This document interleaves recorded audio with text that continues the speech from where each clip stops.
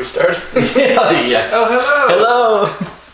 I see up to... Welcome to Drunk Doctor Who. What's the camera? Is everything in frame? The least watched show on the internet. For now. Today we watched That's Planet of the Spiders. The 74th serial, hence our 74th episode of Doctor Who. And the final serial of the third Doctor, John Pertwee. Right there. The gentleman's doctor with the white hair. Well, the one on the right hand side with the white hair. Anyway, so there were 6 episodes. Aired from May 4th, 1974 to June 8th, 1974. The companions are Sarah Jane Smith, the Brigadier, and Sergeant Benton. Brigadier Lethbridge Gordon's.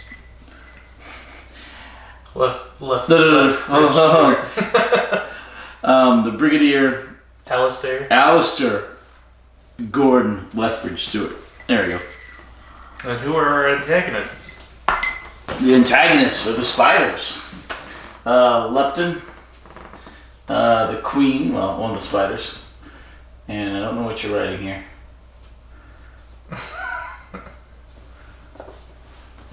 I don't know if that's on camera. If it is, it's barely. The Great One. Okay, the Great One is also one of the spiders. So, Lepton, he's the human bad guy, although some other guys are taking over later. Yes, but that's because of the spiders. Right. I feel like Lepton was a bad guy even without the spider on his back. Correct. The Great One and the Queen and spiders. Oh, you brought me a thing of ice. Nice, thank you. What are we drinking today, Heather? Well, Magnaflame, because life is too short for bad tasting alcohol. You can borrow some ice, but the thing of ice was short. Oh, okay. And these drinking Twisted Tea. Twisted Tea. Because they come in 12 packs. I think I got a 20 pack or something. Party pack. Alright. Okay, no, it's gotta be a 12 pack. 4, 8, it's more than 12. 4, 8, 16. I think it's 20 that I get. There's, I don't think so. There's hard twisted, there's peach, there's about 3 peach, 3 raspberry, 3 hard. Original. Yeah, the lemonades. And then 3 original. So it's 12. I thought there's like 6 original. 3, 6, 9, I don't think 12, 50. I'll count. We'll see. I'll have to count the empties too. Well, it'll say on the box how many came. Okay. Oh, hello, and thank you for joining us once again for this, the 74th episode of the Drunk Doctor Who, wherein we discuss the 74th serial of the Doctor Who. Planet of the Spiders. Planet of the Spiders. Oh, they were creepy. They were. They were. And the spider on the guy's back that's invisible. Yes. I told you I was going to tell you about Turn Left. Turn Left. Yeah, I wrote that down. Turn Left is a not season. This is the end of the 11th season, but a series for modern stuff like 09. A series for episode where. Is it weird that 09 was like 11 years ago? 12 years ago. Coming up on 13 years ago. Yeah, I paced myself better tonight. I'm trying not to fall asleep like I did halfway through last episode. I might fall asleep. Yeah, oh my gosh, that was hilarious. I think Alyssa needs to move in front of the thermostat again. You have a smart thermostat? Apparently it's a dumb thermostat. It's not working well for you? It's a motion sensor. Yeah, it's got a motion sensor and stuff. Okay, so... See, I'm not... Anyway, but anyway, in Turn Left, there's a giant beetle that goes on Donna Noble's back. Like the spiders here go on the back. And it feeds off of future possibilities. So it makes her make a different decision in life, turning left instead of turning right. Or turning right instead of turning left. And when she turns right, it changes everything. and the beetle feeds off of that. So it's like a interdimensional creature that feeds off of the multiverse and changing timelines. Basically, that's bizarre. Yes. It is. Well, the Weeping Angels do something of the same thing. They feed off of your future, even though they send you into the past. And they let you live to death. They don't kill you. They send you to the past and let you live to death. Like a purgatory past? Or just No, a regular past. Oh. So they'll zap you 100 years in the past, or some time frame, and then you get to live to death. Okay. Yeah, it's really weird. And they feed off of They that? feed off the temporal displacement. Oh, okay, that makes sense. Yeah. But then we need to bring up how Doctor Who approaches time travel and like the multiverse theory versus the single timeline with the fixed points in time. Mm-hmm. Like we'll have serials where, Mike Yates is conspiring with these scientists to bring Earth back in time. Mm-hmm. But we know that's not going to happen because we've already seen the future. So it's like we already know that that they're going to fail. But what if they change the future? Yeah, what if they change the future? Or right. With the fixed points in time, can changes only, it always feeds back into the same timeline, so you can't really. There aren't multiverses. It's just the one universe with the one timeline. And any changes kind of loop back into each other to preserve the fixed point in time. Yes and no. Okay. Okay, wait till we get to the Pandorica, because the Pandorica will... They explain how they approach the time traveling thing? Not at all. Okay. But the Pandorica sort of resets the multiverse. So there is a multiverse. Yes and no. And fixed points in Doctor time. Who is complicated. All right. So like, how do we want to approach time travel? They say yes, all of the things. Yeah, We'll do all of the things. Okay. Okay. There are no rules. The 11th Doctor, right there, the big one. That's the 11th Doctor. He ends up trapped in the Pandorica, and It's like Pandora's box. actually, yes. Okay. It's like Pandora's box, and he gets locked in there. And he has to destroy himself and the TARDIS to explode the sun to spread all the information of time and space in the entire universe out from that explosion in order to reboot the universe. He's the Big Bang. Kind of. And then he has... That's basically what... so did he regenerate after that? Not directly, no. Oh, okay. No, he dies in the attempt. He just restarted the timeline. But his companion remembers him because he was part of that universe. It brings him into being. But there's a metric crap ton of unanswered questions from that event. Like, a lot. And they never go back and answer it? No. I feel like they do that a lot. They do. Okay, the abbot that we have in this serial, yeah. You never see him again. He was brought up in Troughton when Troughton was, that's like early Troughton when he was captured. What was the one where he's an indentured servant and he's on the boat and he pulls out the recorder and he tells the companion about his mentor and he never finishes the story, and then all of a sudden... Right. Well, a certain Pertwee brings up his mentor again with the tree. They're sitting under the tree. Correct, and this is a callback to and that. this is him, but then he never comes up again? No, we see the abbot, and he's a Time Lord. He's only the... Okay, so we saw the meddling monk. And of course the doctor. And the master. And the master. And the doctor's niece. Granddaughter. And that one... triune? The triune. The tribunal. council. The tribunal. The three Time Lords that tried him. We saw the Doctor's friend who saved the Doctor from walking into the Master's trap, who was also a Time Lord. His old school companion. The guy who came down. It was like the radio tower, and set and up he comes down like super British style, like I've got an umbrella, I'm Mary Poppins. Mary Poppins. Yeah, we saw him, and we. I guess that was his like classmate, schoolmate. Well, no. The master was his classmate. Oh, okay. Well, that was just his friend. It was supposed to be his brother. Yeah. For some reason. But yeah, so we've seen maybe 8, 9, or 10 Time Lords. But we saw the tribunal more than once because Omega, it goes back to their like council. Oh, no. Like their whole control room. You are absolutely correct. You're absolutely right. The three doctors has Omega, and he's a Time Lord, or the remnants of a Time Lord. Yeah, right. And we see the other group of Time Lords behind the controls fighting off everything, but sending the third Doctor to the second Doctor and sending the first Doctor to both of them. So we've seen a fair amount on their home planet. What was it called? A little bit, but we will see much more with the fourth Doctor. Like their whole society? Yes, actually. What's the planet called? Gallifrey. Yeah. So, seriously, this is the very last serial for Pertwee, the third Doctor.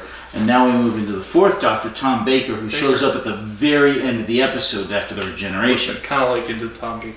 Right. But once again, we never see or hear of the Abbot again. Mm-hmm. He may be mentioned, but he's never shown, which is sad. Maybe was that his last regeneration, you think? Don't know. That was his 13th. No friggin' clue. Never mentioned. Okay. No, the regeneration limit. Choji. The regeneration limit, I don't think has ever been breached up to this point. It'll be breached later. Okay. Yeah. But that like retrospectively feeds back into like the. Correct. Yeah. So maybe that is his last regeneration. Maybe he retires after that. But we never see him again. And for those people who are offended by such things, it's a white dude in brownface, being a Tibetan monk, because that's his persona. And they do that one more time, very famously in the Talents of Wang Cheng, where there's a white guy in yellowface, being a Chinese man. And then once more in the Tropic Thunder with Robert Downey. Well, wait, that's not Doctor Who. But the Talents of Wing Chang was very late for that to be done. It was more acceptable in the old days, in the 30s, the 40s, the 50s. By the time we get to the 70s, which both of these serials are in, this one 74 and Talents of Wing Chang, I think like 77. That's a lot more dicey to do, but they did it, and it's a good serial, considered a bit marred by that particular fact. The problem is people like to go by today's standards and apply that to the past. You can't apply that to the past. They're canceling every single historical figure for doing something terrible. Right. But that's everybody in history. Right. At certain times, it was okay to have 800 wives and concubines. At other times, it was fine to own slaves. At other times, certain words and things were okay. They're not now, but you can't retroactively apply that to all of history, because then you lose context. And you try to cancel everything, which means you just try to destroy it and forget about it. You can't do that. Even words change their meaning over time. Like you got all these medical terms that turn into insults, so then you can't use them anymore. And like dumb, deaf, and blind, and okay. I'm trying to think. When I was a kid, my uncle. Okay, I had an uncle who was mentally retarded, and that's what they called it. Yeah, he was retarded. And when I was really young, when I was 5, my grandparents would still use the term mongoloid. It was an old term for that because they looked like Mongols because of the what it did to their faces. Right. By the time I was like 10, that term was no longer accepted, but retarded was. Yeah. But by the time I hit like 30, 35, that word is no longer accepted, and now it's Down syndrome. But the point is, you can't watch a movie like Animal House, and where the girl uses the word retarded in it, and go, well, this whole movie's canceled because you used that word, but that was fine at the time. There are other reasons why Animal House should be canceled. No, it's a great movie. It's a whole. Was that the one with the underage girl? That 13. Yeah. That movie was rife with stuff that you couldn't make that movie today. But it's awesome. I don't think you should have made it. No, it was hilarious.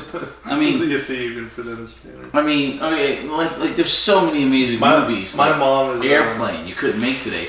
Blazing Saddles. You couldn't make today. Blazing Saddles is cool. Yeah, and you couldn't make that today. For the heavy use of the N-word, for a bunch of stereotypical stuff, you just couldn't make that movie today. Yeah. And it's sad because it's an amazingly hilarious movie. Blazing Saddles? Yeah, you've seen it, right? Yeah. Okay. Yeah. I like Gene Wilder. He's a good one. Gene Wilder. Should have been Richard Pryor, but wasn't Wild? Richard Pryor. Or Wilder? Wilder. Or Wild? Yeah, Wilder. Okay. But should have been Richard Pryor. He helped write the script, and he was supposed to be the sheriff. Ended up not being because he had a really bad drug problem, and woke up one day in Chicago when he wasn't supposed to be there or something like that. That's how the guy from Charlie's Angel, Charlie, the guy that did the voice, that's how he got the part, because the person who was supposed to play Charlie, real easy job, just to, like the voiceover. He was on a ton of drugs and he's like hungover, so they called in the other guy and he became Charlie. He did the voiceover. Speaking of which, sorry about that. The first Charlie's Angel movie in the modern era with Tim Curry. Sarah Jessica. Yes, Tim Curry. Carmen Diaz and Cameron Diaz. Cameron Diaz. Lucy Liu and the little girl from E.T. What's her name? No idea. Seriously, the little screaming girl. Did it have from the girl E.T.? from Sex and the City? I don't Sarah Jessica think Parker. so. No, I don't think that's. I don't remember her in it, but it had Tim Curry in it. He was one of the bad guys. Huh. Gets killed by Lucy Liu on a. Didn't they make a sequel with like it had There were two sequels. Oof, they're rough. Wait, no, Charlie's Angels 2 was Malcolm in the Middle, Murphy or whatever, and they're on the dirt bikes. That must have been the third one. It was so bad. Wait. Okay. It's terrible. Charlie's Angels 2 had the same cast. And it was pretty decent. Not as good as the first one, was decent. But then they made a newer, modern You're version. talking about the one with the girl from Twilight. Yeah, who can act. But they did that modern version of it, and it was just woke crap. Absolute woke crap. Every movie now has to be some statement. Right. Well, except we're going to see the new Suicide Squad tomorrow. Tomorrow we're going to watch that. Bad. It may be, but supposedly there's no wokeness about it, and they don't preach at you for 2 hours and tell you how horrible you are for just having a penis. Has John Cena in it, which I don't know if he's ever made a good movie. Well, it has him, and it has Flula Borg. Margot Robbie, and Sylvester Stallone. Idris Elba instead of they replaced Will Smith with Idris Elba. But I love Idris Elba. He's a great actor, and he was so good in like the Thor movies. Yeah, as the Watcher. The Guardian of the Gate. Ingar. Right. I can't remember. Ingar. But anyway, it's got Sylvester Stallone as the shark dude. He's I didn't know that. Yeah. So anyway, we're gonna go see that tomorrow, and it's supposed to be fun. And I swear we're talking about Doctor Who. Something like that. Yeah. Anyway, okay. Oh my gosh, 6 episodes. We should probably start on the first episode. We should just stop recapping. No, what? Why? No. Just jump straight to the questions. Okay. And then the off topics. Okay, that's where we are. That's where we are. That hole right there, that's the end of the third Doctor. We're going to start the fourth Doctor. My favorite Doctor, Tom Baker. The longest running Doctor? The longest running Doctor, both in seasons and episodes. You think that's why he's your favorite? No, he's my favorite because familiarity breeds familiarity. Okay. Breeds affection, yeah. But no. He is my favorite Doctor. That was the one you grew up with? Yeah. Okay. When I was a kid, that's me with Pierce Brosnan as James Bond. Pierce Brosnan is always going to be James Bond to me. Sean That's the one I grew up with. Seriously. But no. Here's the thing: is Pierce Brosnan gave you what you wanted to see out of James Bond. He had all the cool car gadgets, the rockets, and you're just getting into all the special effect. You got all the cool gadgets with Pierce Brosnan. That's all you want to see. Let's tie that back into Doctor Who. Then you have the Bond and Blonde. He's just, what does he do? Playing Home Alone? He's what? He doesn't use any. Can't remember the name of the blonde Bond. The blonde Bond? Yes. God, this is gonna be a long episode. I can't think of his name. But anyway, he's not even James Bond. He hardly uses any gadgets. It's like watching Robert Downey Jr. play Tony Stark without the Iron Man suit. It's like Iron Man 3. Okay. Are you talking about the current James Bond? The current one. Okay. He hardly has any gadgets in any 3 of his movies. No, except for the car. The car kicks ass. But that's what I'm saying. Pierce Brosnan was James Bond. He's just Sean Connery. This is a generational difference. Sean Connery was too busy grabbing sumo wrestlers' butts real hard in them. You remember that one? I can't argue that. He's being squeezed out, and he just grabs his butt. Oh, that's the one where he was kind of put in yellow face. Yeah. I couldn't stop laughing at that scene. Okay, there are a lot of. Was that before or after he almost got assassinated by the masseuses? Okay.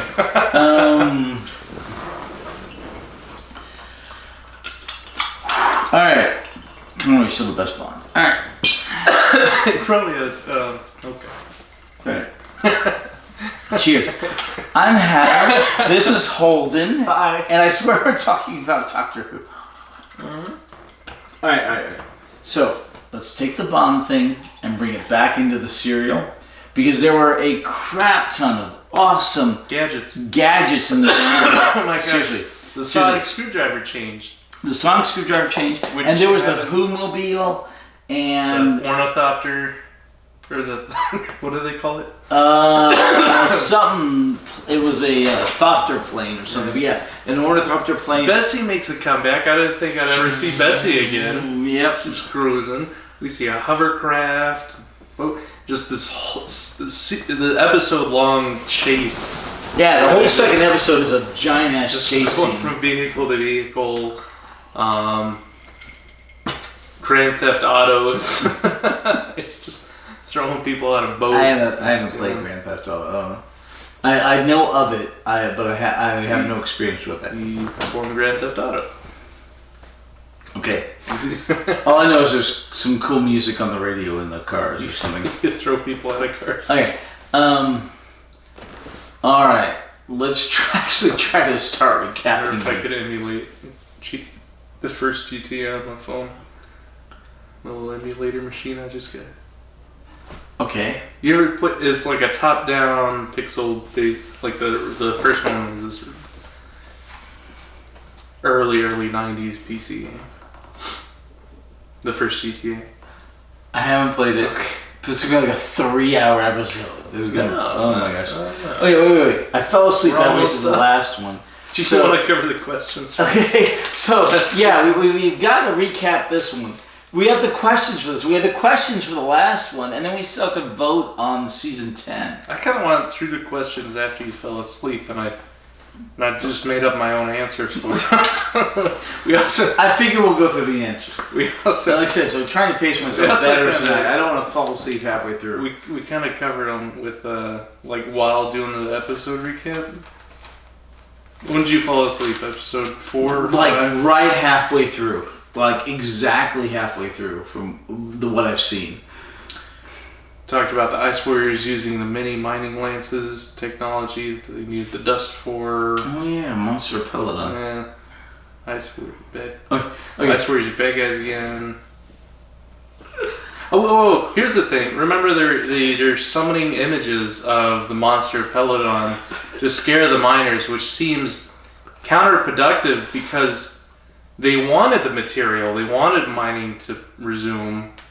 Alright, did you want to do the questions before we do the... Oh, we're doing the questions after? Okay. Yeah. No, I'll save those. We'll do the recap first, and then we'll come back to... We'll do the recap for the Planet of Spiders, then we'll go back and do the questions No. We do the Planet of Spiders. Monster Peloton. All of it, and then go back and do the questions. And then we'll vote on our favorite episode. For season 10. And 11. Well, no, 11 will be next. And then Pertwee. And then Pertwee will be the week after. My favorite Pertwee episode was Planet of Spiders. This cereal was great. It's a really good cereal. It's a really good cereal. Wait. But we'll take care of the voting for that next week. We have season 10 this week. Alright. Oh my gosh. Okay, so the Doctor and... What's 10 in Spanish? Diaz? Cameron? No. Okay. Cameron Diaz is not a 10. She's a good 7, but she's not a 10. You ever wonder how like really unattractive people get into acting and they're really successful, and you have that one guy in the movie Waiting who's sleeping with that really attractive waitress, and you're like, I'm not buying this relationship because he's like a 2, but he's a really successful comedian 2 who's sleeping with his 9. To be fair, if you can make someone laugh, that's worth 4 or 5 When you points. laugh really hard, your eyes are closed and you can't see how unattractive the other person is. So Okay. the strategy is just to keep walking. You know, 9 out of 10 women close their eyes when they kiss, right? Yes. That's why it's so hard to identify rape victims. Yes.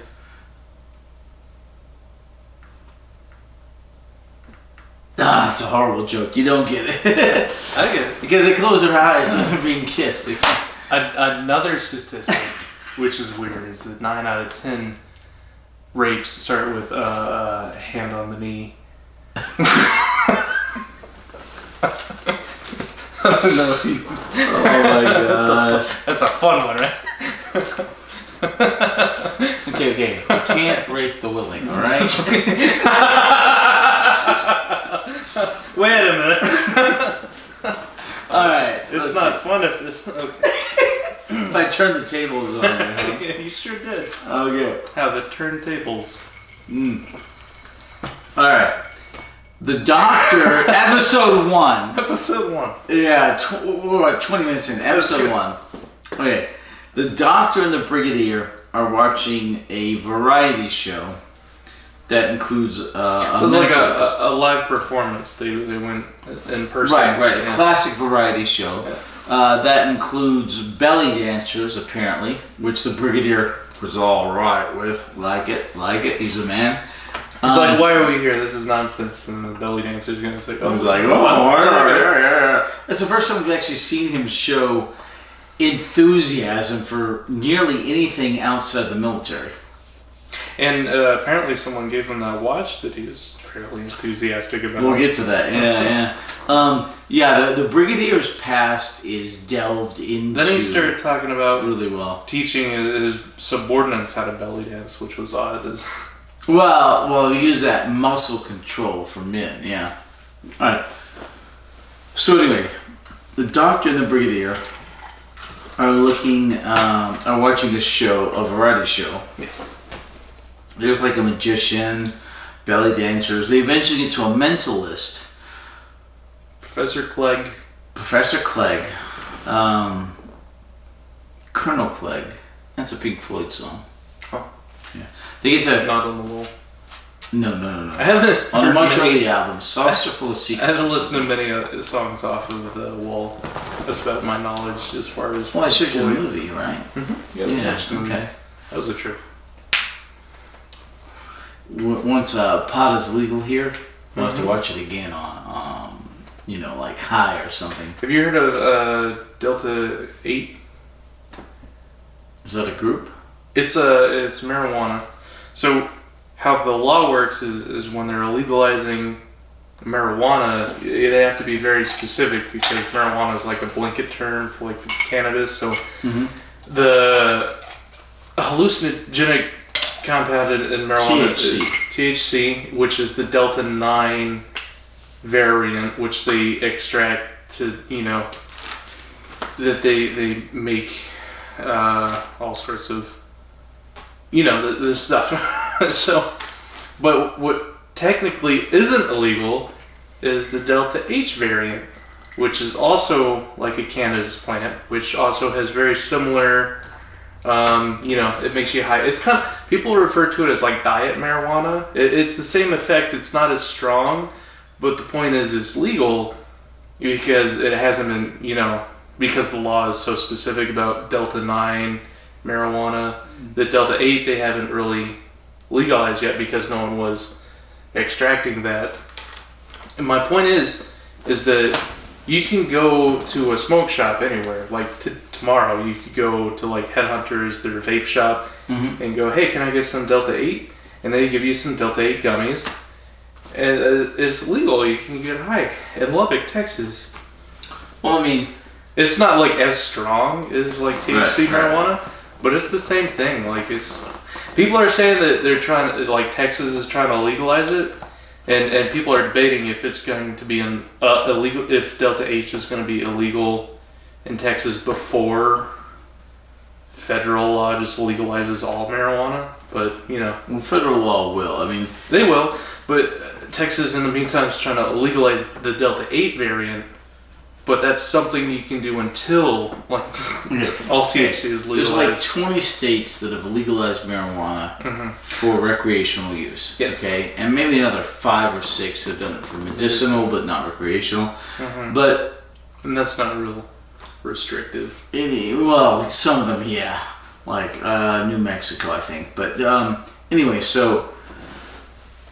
There's only a couple of things I think politically that Republicans and Democrats can agree on at this point. One would probably be the ending of daylight savings time. Just leave it. Just leave it on daylight savings time. Right. It's no longer necessary. It really isn't. And the other one is. That's what I've been saying this whole time. I feel like you didn't agree with me the last time we talked about daylight savings. I would have to watch the video. But it's so pointless. But no, the other one is, I think, the decriminalization of marijuana. There's a vast number of Democrats who want it, and there's a good number of Republicans who want it either because their states have already legalized marijuana. Like decriminalized. Decriminalization. Right. But like Murkowski out of Alaska, she may not believe in it, but her citizens have voted to decriminalize it, so she will vote with her citizens. Places like that. As you should. To represent your citizens. Yeah. And straight libertarians like Rand Paul and others. Probably Tom Cotton. Probably the gay ones too. Huh?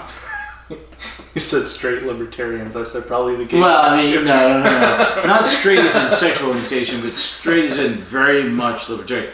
But so they are voting for it. But I mean, so you've got probably 80% of the Democrats and 60% of the Republicans, and they'll probably decriminalize it at some point here in the near future, which will take it off of a bunch of lists. And I think most of the states that do not currently have legal or decriminalized, like Texas, once it's decriminalized federally, we'll go ahead and decriminalize it. I think the last standouts might be Utah, because of the Mormons, and no, that's it, Utah. Yeah. I think most everywhere else is already in the pipeline. Just government works so slowly. Yeah. Alright. Okay. Do the recap. I'll stop distracting you. I'll be right back. Thank you. I'm gonna go count how many cans I have. Oh my gosh. You're going to the restaurant. I'm finally going to actually get to the plot. Okay. Alright. Episode 1. What happened? Oh my gosh. This is going to be longer than actually watching Half the an hour episodes. This is going to be longer than watching the serial. Maybe. What is it? 2.5 hours we spent? That's with breaks. Yeah. Okay. Okay. If you are just watching this and you haven't seen the actual serial, go watch the bloody serial. Go watch Planet of the Spiders. Unless you, for some strange reason, prefer reaction videos. This is why we're the least popular show on the internet. We don't promote ourselves. We promote other things like Doctor Who. That and there's no editing, and we're always fairly drunk. Anyway, so go watch Planet of the Spiders. But if you've seen it and you want to watch us, great. Okay, anyway. So Captain Yates, remember Captain Yates? The currently disgraced former not quite a companion because he's pulls a gun on the doctor. Some would argue he's a companion, I would argue he's not, but be that as it may. Anyway, he enlists the help of Sarah Jane Smith, the doctor's current main companion, along with... Oh, I never wrote the Brigadier up here. We need the Brigadier and Benton, along with Brigadier and Benton. Anyway, so Yates gets Sarah Jane Smith to help him sniff out what's going on in a retreat. Sort of a monastery place, but it's more like a really big house out in the country. Where they're doing some weird meditation stuff. Now, to be fair, this was the 70s. Meditation thing was pretty big. Lots of people would do it, and they want you to empty your mind and learn from the emptiness of your mind and all that. So there were 2 Tibetan monks, apparently. Oh wow. I think by this point, Tibet had been conquered by China, 1974. And the Dalai Lama and other Tibetan monks had fled to many other parts of the world. Dalai Lama is still running around the world, not in Tibet. It's now like the Guangzhou province of China or something like that. I can't remember the exact name. Anyway, so these 2 Tibetan monks were there in Britain. And Yates suspected of them doing something weird. He was at this monastical retreat trying to collect himself after all the crap he did with the people who were trying to destroy Earth. Not send people back in time, just bring the dinosaurs and do all that. No longer a captain, just Mr. Yates. And he's trying to convince Sarah Jane Smith to assist him by investigating and then reporting to Unit. Because Unit wouldn't listen to him because he pulled a gun on the Brigadier and the Doctor last time we saw them. Anyway, so in the meantime, the Doctor and the Brigadier are watching that variety show. They see the Mentalist, and the Doctor's like, this Mentalist actually has ESP. One of the few times on the show that the supernatural, if we can call ESP that, telekinesis and telepathy and all that, is acknowledged, which is interesting. Very rare in Doctor. Usually it's all science fiction this and science fiction that, but this is one of the few times that what we would call the supernatural is acknowledged, registered, and identified as such. So they talk to this Professor Clegg. They get him to come back to Unit headquarters, And he's like, well, do you want me to do a show? And the doctor says, well, no.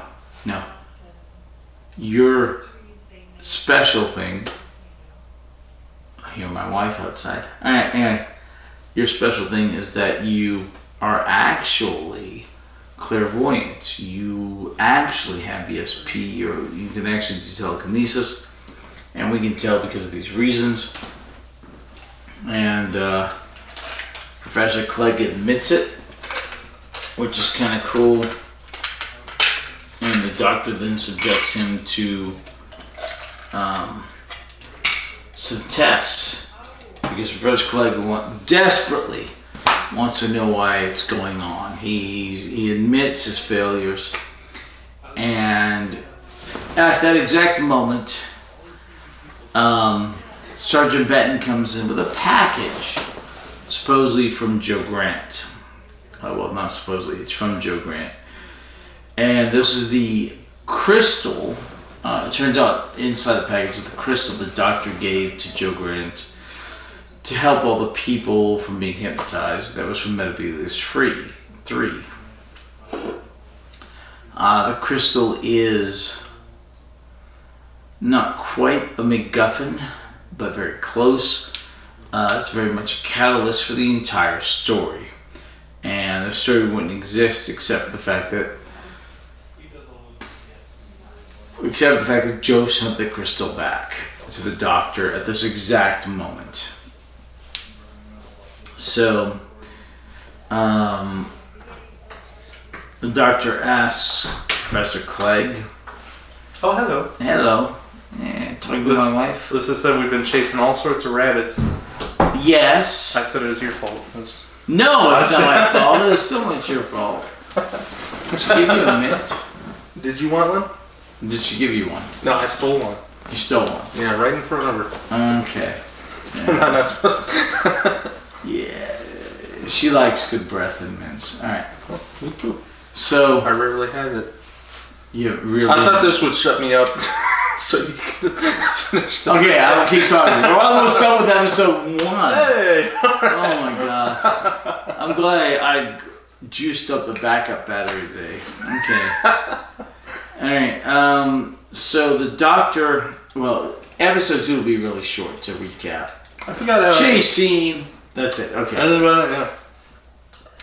Alright, so the doctor ends up, We're gonna spend an hour on episode 2. No. Okay, so the doctor ends up getting Professor Clegg to describe he hands him a sonic screwdriver. And he goes, oh, this does all this, and there's visions, because he has his headphones on that feed into a monitor, and there's visions of the doctor against the things in the, what were they called? I can't remember. I'll look it up. Out of the, they showed up more than once.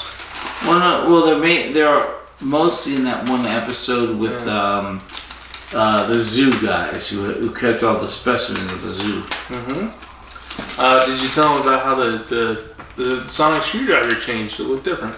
Yeah, it did look different. Is that Tom Baker's screwdriver? Or is it just like a one-off? Did they lose the prop and then they grabbed a... No, the sonic screwdriver always... ratchet? It keeps updating and it keeps getting bigger. In fact, it's a joke about that in the 50th anniversary special. Carnival of Monsters, that's it. Yeah, it keeps getting bigger. They were. There's a joke about that for compensation and stuff. Anyway, so... Silurians? Silurians? No, not the Silurians, but Carnival... Drashig. It was a Drashig. Yeah, Drashigs. And the doctor gives the Brigadier's watch to the guy. And the guy's like, you were given this 11 years ago by a young lady named Dorothy or something like that. Doris or something. Doris. And she wanted to thank you for that. The Brigadier was like, give me that back. We're revealing too much of the Brigadier's personal life. Yeah, and he does eventually get married and have a daughter who is later on in the modern stuff. Really cool. Yeah. Because nobody has sons anymore, just daughters. and she replaces him in the show basically after he passes away. After Sinclair passes away. What do you think that is? It's like 51% of all humans are female. Yeah. Some people prefer having a... Well, it's all the woke crap where men can't be heroes anymore. It has to be women. I don't think that's why there's like a 1% popular. It's like something to do with... It's all the woke crap. Families, you want a daughter. You would think it'd be 51% male because everyone wants to carry on their like family name and... Okay. I feel like it's something to do with like DNA or something or genes. Okay. Men are more likely to die young because they take the more risky jobs. Like in places... From military to construction to whatever. Also, men are more likely to be in gangs, to be cops. Basically, like I said, take the risky jobs. So they're more likely to die young. We haven't done that. But in places like like China or Japan, when they're having like population limits and you can only have one child or you'll get fined. That's there's usually China. Like a man to carry on the family name. Right, and so they abort the women. Yeah. And it's really sad because Super it's sad. just murder. Also, a ton of guys are killing themselves because they can't find a wife because it's like a real big... That's why they're importing women from North Korea. A woman's best way out of North Korea is to become a bride for a Chinaman. Why wouldn't they just lift the... I feel like... Didn't they just recently lift that restriction? Like China? Yeah, they actually did. But in Japan too, right? No, not Japan. They still Japan has a declining birth rate. They have no restrictions, just China. I feel like there's a link between success of a society and declining birth rates. Why is it that people are in poverty have more children? Because they have to have more children in order for enough children to survive to keep the line going. Whereas in more affluent societies, people have a lower birth rate because it's less likely for the children to not make it to adulthood. Is that a conscious decision that in many cases, yes. the people in the outback are making in their trailer homes to have? Well, no. I mean, there are a lot of people in society who don't want children. People in other people who can't have children, like my wife and myself, and other people who restrict the number of the children they have through birth control. It's the more affluent a society, the less children per capita they have. The fewer children. I also can't have children. Mm-hmm. No woman's willing to. Oh, that's bullshit. You know it. You know it. You're just waiting for marriage. And that's fine. Wait. What are we talking about? Is there something I should know about that you're not waiting for marriage? What? Is there something I should know about? Are you not waiting for marriage? I would wait for marriage, but I don't think I'm going to get married. I think I'm quite happy in my basement playing World of Warcraft. Okay, so that means Marriage is for suckers. And a lot of men feel that way today because the marriage is heavily balanced against them, and what they get from it is, if the woman's not traditional, is a lot less than what they put into it. Like, where can you find a traditional woman? Korea. You guess I'm Korea? Eastern Europe, the Orient, yeah. Oh, by the way, where's the Brigadier? Where's Sergeant Benton? Yeah, companions. Yeah. I do the antagonists. You do the companions. You do the companions. Okay. Right. Mike Yates. No, not Yates. He's a Hanya. So that's my first question for episode 1, right? Mike Yates shows up after trying to send the world back in time, and then humanity as we know it. Yeah. Have the entire population of Earth just cease to exist. Yeah. Yet for some reason he just walked away from that and faces no repercussions. Well, he lost his military. Yes. But they're just like, you tried to end humanity, but okay, we'll just...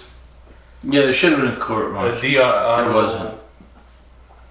Well, To be fair, there might have been a court-martial. I literally do not know what a court-martial entails. But, there it was. There it is. Anyway, so...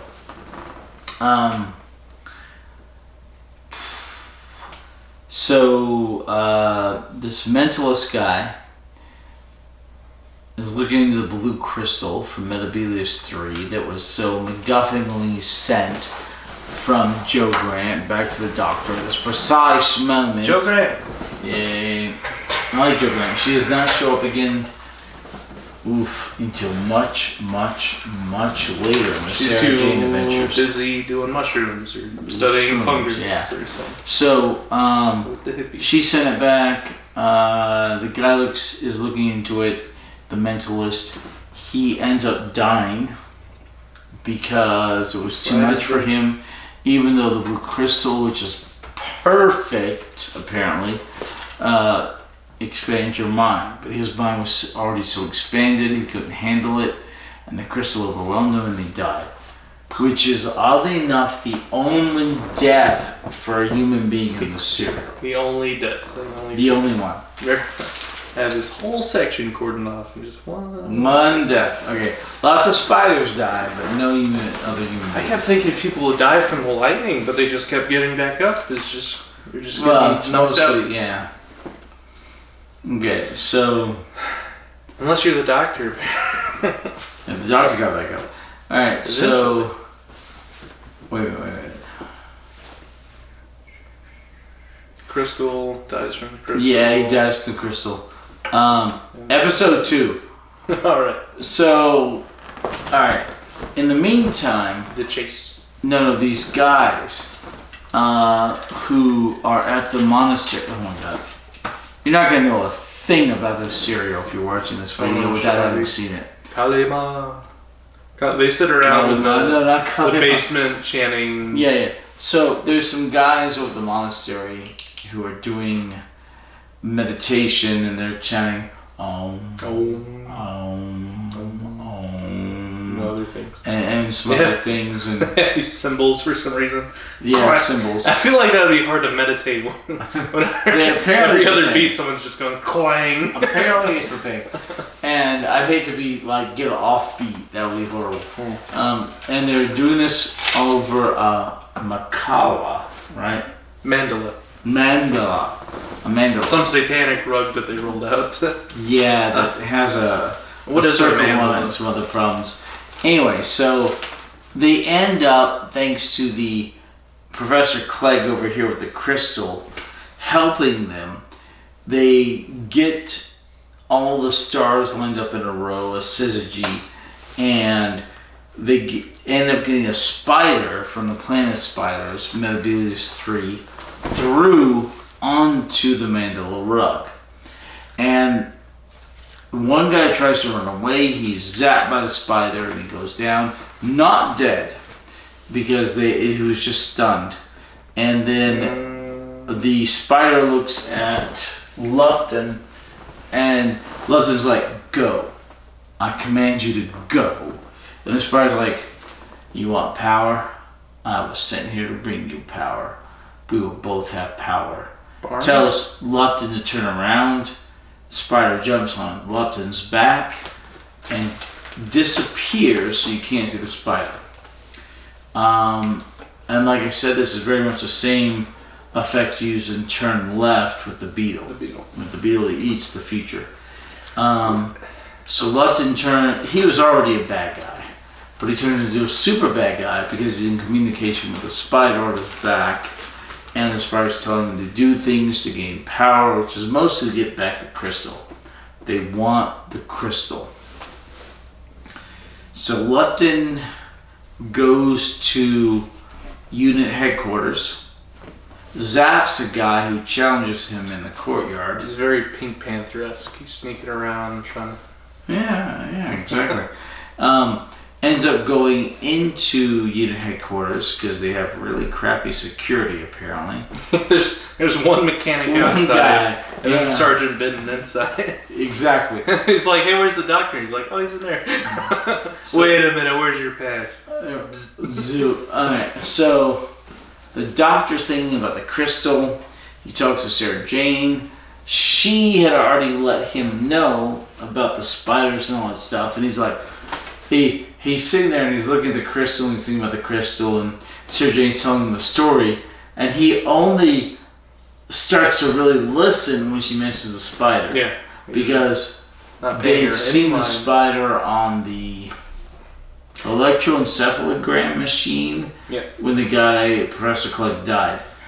And he's like, ooh, spiders. So she mentions spiders, he listens. Finally, he's really checked out for a lot of the conversation. And then he's thinking about it. And Sarah Jane's talking about the crystal, look at the crystal. And Lupton goes, he's concentrating. The crystal disappears from there and moves into his hand. And then he runs off out of Unit headquarters with the crystal after zapping Sergeant Benton. And he zapped him on the way in. And the way out, he punched him. Yeah, this guy's like 55, 60 years old. He's pretty spry. It was the same fist that he had the crystal in, so he just kind of jabs him in the gut with the crystal, which can't feel good. If you wanna make a punch better, get a roll of quarters. It's like some knucks, yeah. Just a roll of quarters, and that momentum in your fist just really hurts. Yeah. Anyway, you ever mess around with like some 10-pound gloves or 5-pound gloves? What are regulation boxing gloves? I don't know, but just once. I put on boxing gloves once. You think it would like, cushion the blow, but really it's just there to protect your hand. Yeah, it doesn't feel any better. Boxing was less lethal when there were no gloves because you hurt your hands. Yeah. The gloves only made it more lethal. Anyway, so the guy, Lupton, is running away. The doctor and Sarah Jane catch up with him. And then, so you'd rather street fight with like just a rap? Kingsbury rules. Like, old school boxing rules. Like, you ever watched the Sherlock Holmes movies with Robert Downey Jr.? Yes, love them. They're really good movies. Yeah, they're really good movies. And they're making a third one, I think. Are they really? I think so. I'm so happy. Now he's in Iron Man. I think they're making another one. Nice. He's so good at Sherlock Holmes. Yeah. Alright, so, anyway, so the doctor and Benton and Sarah Jane are coming at this guy, they're chasing him this one way. How would you feel about Benedict Cumberbatch being the doctor? He's an amazing actor. I think he'd be a great doctor. I don't know if they could get him, though. Oh, he's too successful at this point? I think he's too successful at this point. Maybe later in his career, if he's a big Whovian, they might get him like they did with Capaldi, but I don't think so. Alright. So, the Brigadier's coming this other direction, and Benton and the doctor and Sergeant come in this direction, and Lupton's caught in the middle, and then Lupton runs for the Who-mobile. Yeah. And jumps on the Who-mobile. This is the final serialist doctor. It's the only time we ever see the Who-mobile. We saw it before once. That's the second time we saw the Who-mobile. I feel like it showed up. Oh, Invasion of the Dinosaurs. I don't know if he ever drove it, but he was working on it. It wasn't really of the Dinosaurs, I think. I think so, yeah. It wasn't really featured very much. Right. So anyway, the rest of episode 2 is a chase in which the bad guy's driving the Who-mobile. The good guys are driving. We see the return of Bessie. The good guys are driving Bessie. And the doctor jumped in a little weird whirly-copter, and he's chasing him down. They finally catch up to him, and they stop him. And then he jumps in the whirly-copter, and the doctor jumps, and Sarah Jane jump in the Who-mobile, and apparently the Who-mobile flies. They put some flubber in the engine. Right. Then they finally catch up to him because he's running out of fuel. Mm-hmm. He lands. He steals a motorboat but the Doctor jumps into a hovercraft and he chases him. There were these two like fishermen, when you like take out the boat and like a jet ski, so they had a boat and like a little hovercraft sitting there. And their day was pretty ruined. Yeah, so this is like a 20-minute chase scene. It's pretty much all of episode 2. The Doctor's hovercraft jumps over land and jumps over a hobo sleeping on the land. The boat's way faster, so the Doctor keeps having to cut them off and like take shortcuts. The hovercraft's faster over the long haul. And then I don't understand. And then the hovercraft catches up with the boat. The Doctor jumps into the boat, and Lupton gets some help from Mebius 3 and he disappears. Yes. He literally teleports out. Which features, once again, that these spiders have this ability to teleport. They teleport the crystal, they teleport Lupton, they teleported to Earth. So, like, when the spiders jump on the back and they disappear, they're not simply just turning invisible, right? They're like teleporting integrating themselves into the person. Yeah, so that's why they have, they can see through his eyes and their mental, their brains are linked, and very creepy imagining a spider inside. Yeah. So, I'm going to go take a bathroom break and let you continue into episode 3. We're almost done with episode 2. Yeah. Lupton mysteriously disappears, and we see him, once again, at the monk monastery living apartments. So he instantly transmissions there. He runs into Choji, and Choji's like, "Oh, let's talk to Lupton," and he quickly shoves the crystal in his jacket pocket, and he goes, "Oh no, not much." Choji's like kind of like the monk mentor there. He's helping the students meditate and stuff. So he's kind of wandering the grounds. There's Choji and there's Kanpo, and Kanpo is like the Grand Master Tibetan monk. He's the Dalai Lama that they have in their little living arrangement. And then Choji is like he's a superintendent guy. He's walking around. Or it's like the superintendent is Kanpo and Choji's like the principal. So we haven't seen Kanpo yet, but we see Choji going around helping the students. So he runs into Lupton as he teleports back there, and he goes, "Oh, what's up?" And he sticks the crystal in his pocket, and he goes, "Oh, nothing. I'm just going up to my room." And he goes up to his room, and Lupton is just exhausted after this whole long chase scene in episode 2. So the spider goes, rest yourself. And he just passes out in bed, and you see the spider unintegrate himself from Lupton, and he rematerializes and jumps off his back. And the spider doesn't really have a name, but we see the spider perform this mental link with back to Metabelius 3, where we see the Spider Council for the first time. They're talking about, "Have you got the crystal yet?" She's like, "We got the crystal.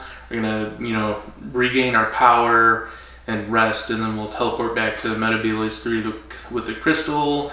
And the Spider Council's like, "Get rid of that 2-leg," and she's like, "Well, he could be useful to us." And meanwhile, while Lupton is passed out on bed, we have the Doctor off screen. We imagine that the Doctor and the Brigadier and Sarah Jane Smith, they all regroup and talk about what just happened, how Lupton just disappeared, and I assume that Sarah Jane Smith goes, "Well, I saw Lupton. He's staying at this place that Mike Yates showed me with the Dalai Lama and these guys that are meditating." So obviously they show up there. They knock on the door and they go, "Hey, we're here for Lupton. We think he stole this crystal."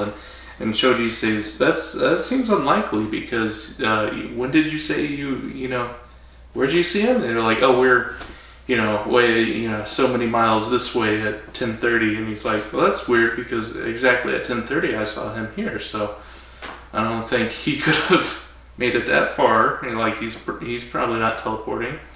And then the Brigadier is like, "I've seen Stranger."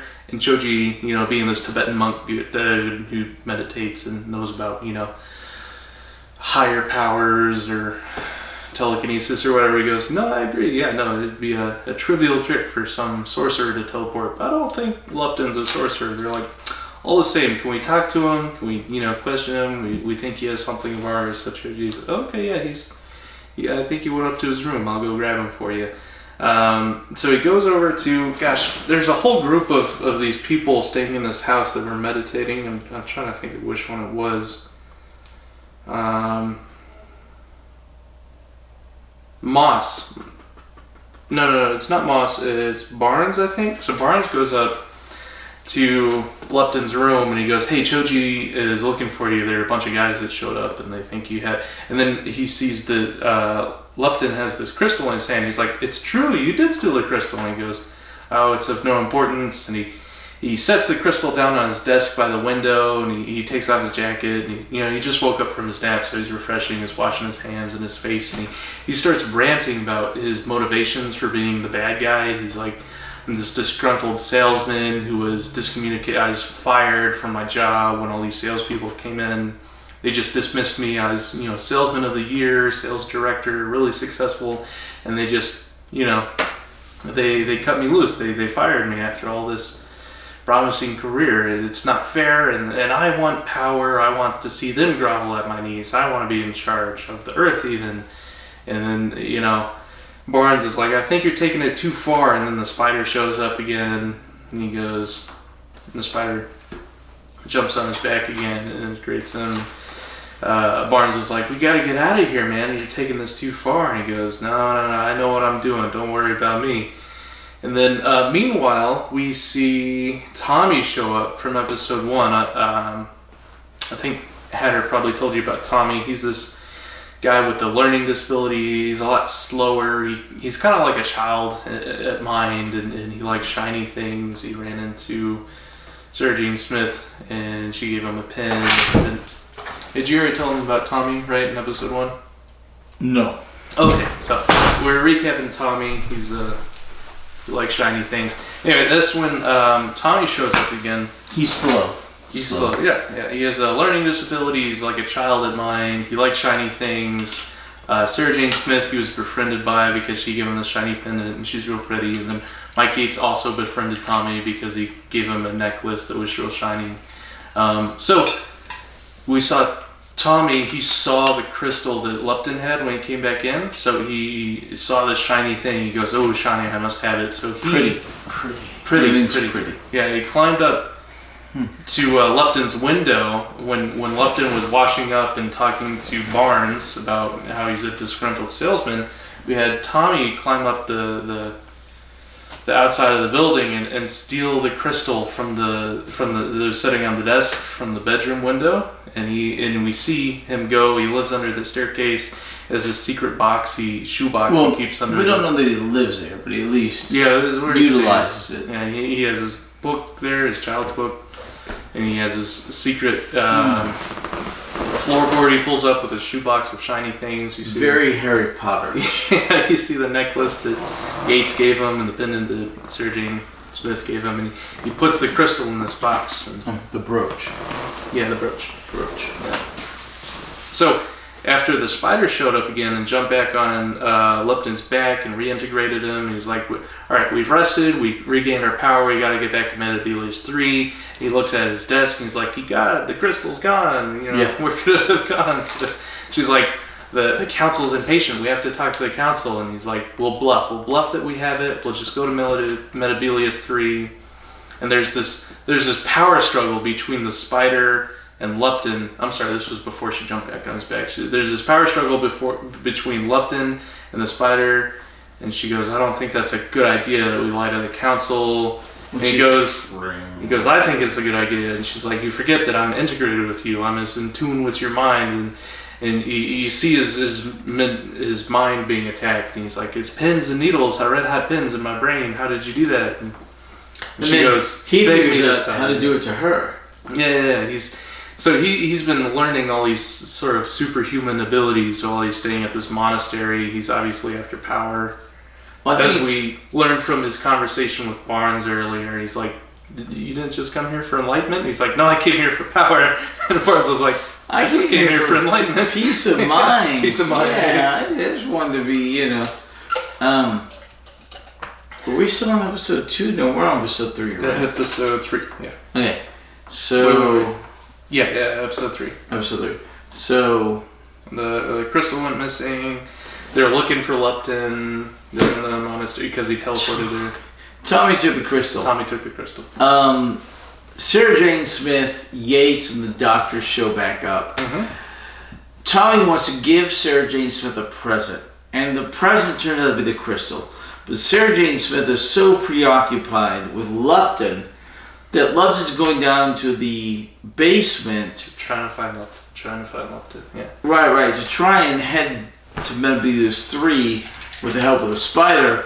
That she just waves off Tommy and says later, even though Tommy's trying to give her the crystal. It's like, ah. So the reason he's headed to the basement because at the end of Lupton and the spider's power struggle where she attacks his brain and he regains his composure and then he goes, I think I figured out your trick, and he attacks the brain of the spider. She goes, you're more talented than the two legs on Metabelius 3, the humans there.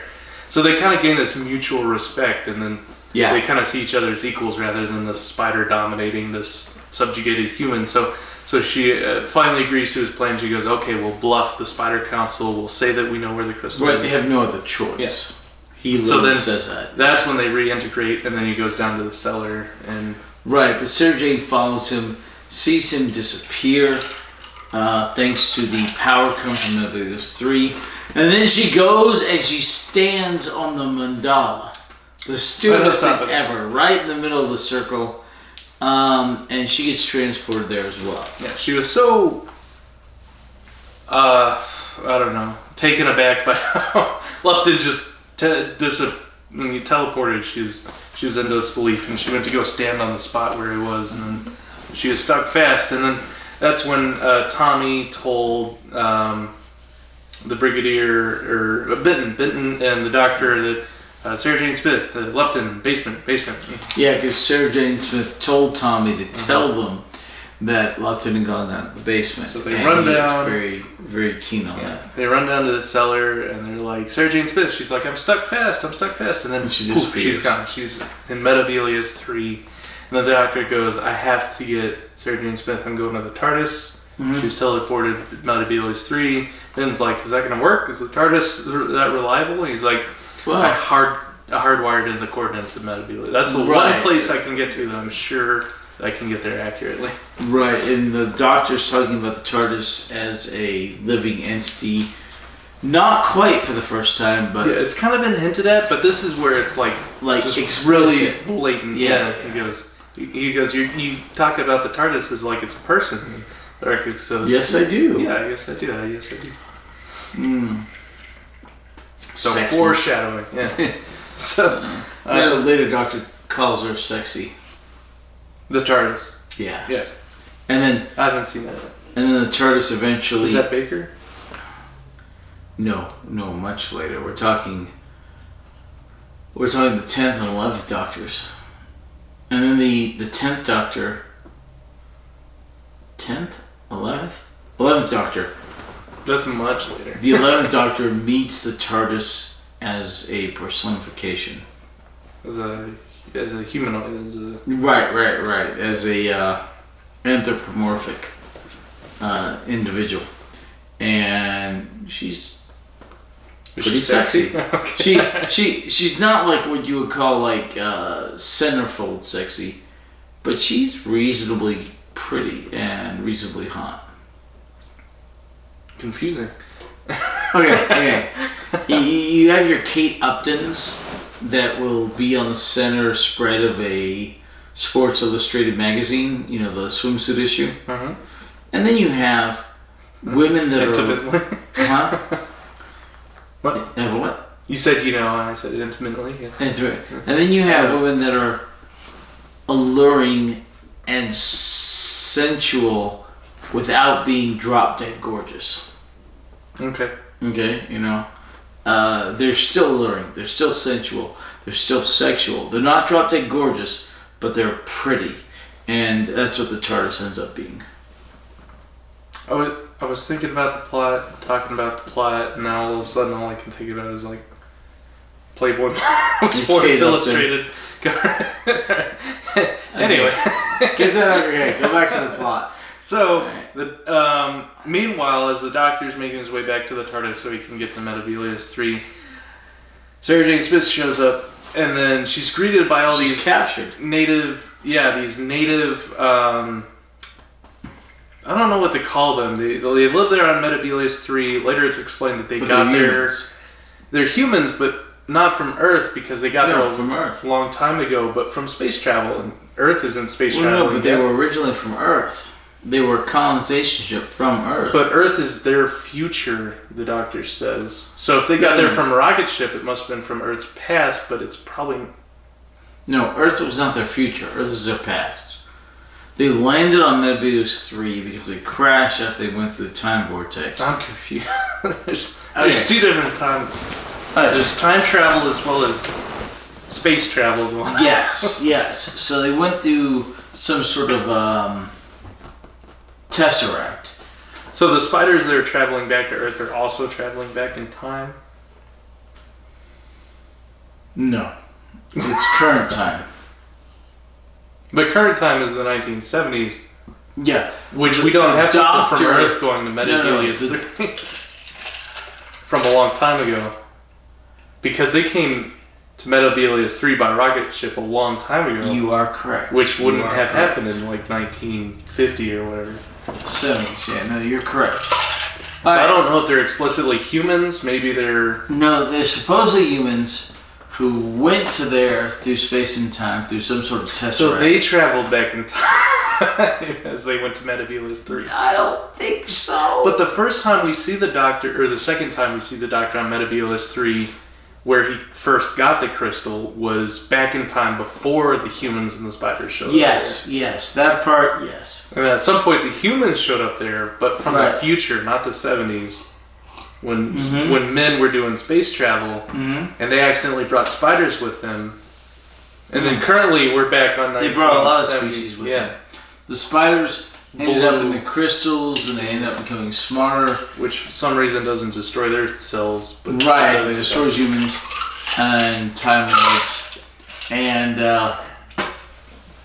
the humans and the sheep survived. And humans bred sheep to feed the spiders, although the spiders still feed. The spiders still feed occasionally on humans. Okay, so the humans from Earth, from the future, traveled through space and time through the Pandora vortex. No. Through a vortex. Forget Pandora, just Tesseract. And then they showed up on Metabelius 3 back in time in the 1970s. Probably, possibly, yes. Or they probably got their, they have a generation. They ended up there in the future, but the whole spider sisterhood thingy moves back in time. So, we have Sarah Jane Smith that shows up with these native humans on Metabelius 3. Not native humans on Metabelius 3. They're not indigenous. But they've been there for a while. 437 years. Oh. So they see her show up and they go, she's a spy. She's here to. She must be working with the spiders. So they grab her, and then Tower tries to execute her right away. He's trying to throw her off a cliff, and then Arok and Sabor comes out and he goes, she's not a spy. Look at her. She's a foreigner. Look how she's dressed. Yeah. And then Arok and I love her Tower. outfit. It is very striking, yeah. She has an undershirt and an overskirt and the match. Anyway, so they go, okay, well, maybe she's not a spy. Like, where are you from? And she goes, I'm from Earth. And then they're like, we came here a long time ago. We're ruled by the spiders. And then there's the drumming, and the queen is on her way. They're like, we must hide. You gotta go hide in the hut because the queen's showing up. The queen shows up. And she shows up in a sedan, being carried by 4 men. These human. It's a sedan chair. That's what they used to call it. And like in Egypt or something. Right. And the car sedan, the name comes from that chair. Yeah. And so the queen shows up there with all her bodyguards. They're looking for Arak, who apparently struck one of the queen's guards, which is punishable by death. Yeah. And then Sabor, he's apparently the last hope for these people because he's the last leader. Yeah, he's Sabor. Sabor's like the old leader, and then Arak's kind of taking over. He's the one that everyone respects, and then Sabor, I think, no, Tower is like his younger brother or someone who's really hot-headed, and he doesn't like how Arok's doing things, really. That's usually how the second son is. Yeah, thinking about things. And then, so they're there to execute Arok, but if he doesn't come out, then they're going to take a son from every household. So then Sabor comes out and he goes, Arok's not here. I helped him flee to the hills. And they're like, you helped him escape, then you must take his place. That's the law. And then the Doctor shows up in the TARDIS, and he walks out. Exactly. Yeah. And, well, no. This is after Sarah Jane opens the door, looks out, exposes herself, and then the Queen Spider's like, there's a stranger here. And so Sarah Jane comes out to not expose Arok. And gives herself up. And then the Doctor shows up in the TARDIS and goes, what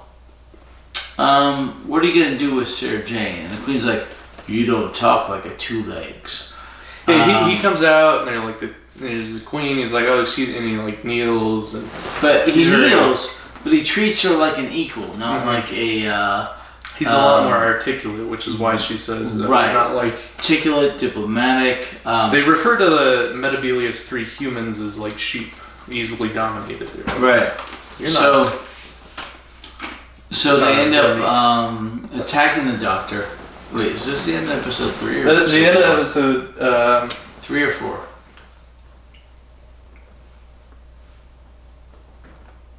End of episode 4 is when he's knocked out by lightning. Alright, good. This is still long. Alright. So getting there. We're getting there. So the Doctor ends up being attacked by the Queen's guards. He, Venusian Jews, a bunch of them, and manages to defeat like 5 or 6 of them. But then one of them does the whole space energy thing at him, and he collapses, like literally just outside the TARDIS. After defeating like 4 or 5 others in hand-to-hand combat. So they going to episode 5, and this series, the season, has this thing where a couple of times the recap on an episode is longer than the original viewing of the recap. Of the original viewing in the end of an episode is augmented with extra scenes that happen in the Time Warrior episode 4, I believe, and it happens here in episode 6. We're in episode 5, but it does have an episode 6. So the Doctor gets taken along with, the natives hid Sarah Jane. She doesn't get taken. She exposed everybody, and other people got taken. So Sark, the father's taken. And then they go into the capital. And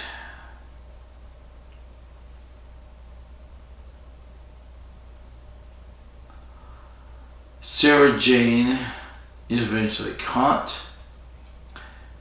Because the Doctor got zapped. And he's basically dying. She goes to the TARDIS after curfew to retrieve a machine that'll help the Doctor. It's in a satchel, leather satchel, somewhere in the TARDIS. She retrieves it, but she gets caught, then she gets taken off. And then Arok runs out, grabs the satchel, brings it to the Doctor. The Doctor ends up using the machine on himself and saving his life. The Doctor then looks for a stone, a pebble, a rock, that will help to absorb the energy from the spiders and the spider people. Which he does eventually find after several attempts, after 20 attempts. he's like, well, why should the crystal be the only special rock on Nebulous 3? So he finds a stone and it will help people, and they gather more of them. In the meantime, Sarah Jane Smith is taken off to the Queen. The Queen is having trouble with the council. They literally want to replace her, the Queen Spider. So she's like, well, I'll go talk to the Great One. She lies to the council about this, and then the Master shows up? No. Oh. Okay. And then the Dalek comes in. No dolls. To be fair, Roger Delgado's, the Master's wife, actually voices some of the spiders in this serial. She's in the credits. She's in the credits. They wanted to put her in, so she voices some of the spiders, and it's a fine tribute to Roger Delgado and his wife. Probably all the spiders. All the spiders have the same voice. No, there's 3 voices for the spiders. And different pitches. Yeah, the Queen, the Great One, and then probably the rest of them. A bit of that, yeah. But yeah, well, and the spider who was with Lupton. So there's 4 voice actors? So there's at least 3 voice actors, and Roger Delgado's widow was in it for the final serial of Pertwee, who was the main antagonist to the original Master. So that was kind of fitting. And my wife found this out because she loves such minutia. Reading the credits. Yeah, loves minutia. They go so fast. All I really have time to focus on the credits is some of the funny names that scroll by. Okay. Yeah. I can't make any sense of credits. I feel like this. So Sarbo and Sarah Jane are taken into the city. Sabor. To be devoured by the spiders, and they're put into spider webs like cocoons. The doctor ends up leading a rescue attempt, but he's captured. Mm-hmm. And then it's the end of episode 5. Yes. In episode 6, he's contracting. End of episode 4. Now we're in 5. Wait. It's the end of episode 4? End of episode 4, the doctor's captured. Wait. Yeah. Okay, so in episode 5, Sarah Jane Smith is cut open from her cocoon and taken away. Sarbo's like, oh, I'm gonna die, it doesn't matter. And the doctor's like, well, I'm contracting my muscles, I'm gonna escape this. This is a trick that Harry Houdini, after 6 attempts at his name, taught me, and the doctor escapes. The doctor goes through a few guards and stuff to get away. Yes. So he makes it back to the village with the correct. The Metabelius 3 Earth people. Not Scorda. Scorda got destroyed. Like 250 people died. I don't know what the name of this village is. That was a different village. Yeah, different. That's village. Off camera. That was before all this. But he makes it back to the village. He goes, hey, listen, we gotta figure out something. We have to rescue my companion in Sabor. Mm-hmm. Bring me a whole bunch of rocks. Ton of pebbles, just a whole bunch of pebbles. And he's testing the rocks to see if they can absorb the energy zap that the bad guys do. He's like, these Metabelius 3 sapphires can't be the only unique mineral on this planet. Right. I'm gonna find something that reacts with their energy. And then they bring him a whole bunch of pebbles, and he's testing them on like a Geiger counter. He finds one that can absorb a whole bunch of energy. So he's like, look for more of these, make headbands. We're gonna do a rescue attempt. So he eventually goes away. Sarah Jane Smith makes a Faustian deal with the Queen Spider. Yeah. The doctor heads up this rescue attempt. They're rescuing Sabor. The doctor grabs Sarah Jane Smith, but Sarah Jane Smith had been in this room with the Queen, and she's like, "We're gonna make a deal. I'm gonna get you out of here." And she's like, "I don't know if I should trust you." And she's like, "The council doesn't trust me. It's in my best interest to get you guys out of here." Yep. And then we kind of flash forward to where the doctor opens the door and he runs into Sarah Jane Smith. He's like, "We got to get out of here, but we're surrounded. We have to look for an escape." And she's like, "I got this." And zoom. Exactly. My name is teleportation. Jeannie. They teleport back to the village right in front of the TARDIS. He's like, "How did you do that?" And she said, "The Queen showed me." Yeah, easier than you'd think. Let's get out of here. So they jump in the TARDIS and they teleport back to Earth to get the crystal for some reason, to keep it from the spiders. But the old guys got the crystal. No, Tommy still had it in his. But he gave it to yeah. We find that out in a bit. So they teleport back to the monk monastery living space. Meanwhile, there's like this whole prison riot. So prison riot? Yeah, they're breaking out Sabor from the jail. All the humans are rebelling against the spiders. We'll find out how that goes in episode 6. But meanwhile, they're back on Earth. They're in the monk monastery. They run into Tommy coming up from the basement, and Tommy's talking like an articulate, normal person. They're like, "You're different." Tommy, in the meantime, had looked into the crystal, and his mind expanded. Yes. And he was able to read. He was able to look into other books, but he didn't have quite the context he needed. But he understood something happened to him that was not normal, Right. And he was looking at an intelligence quotient. So he's like, "You guys, we have to go talk to Campo. We gotta go talk to Campo." So they come into, they go to the room with Campo. Meanwhile, we have the Lipton's entourage, these bad guys. They're not really sure what's going on. They're like, where did they captured Yates? Lupton go? Yeah, we gotta figure something out. Let's do a ritual. Maybe Lupton will come back. Yates has been captured. And then they're doing the ritual, and then that gives the opportunity for a whole bunch of spiders to show up. Yeah. The spiders show up. They're wreaking havoc. Choji is like, "Maybe I should go check."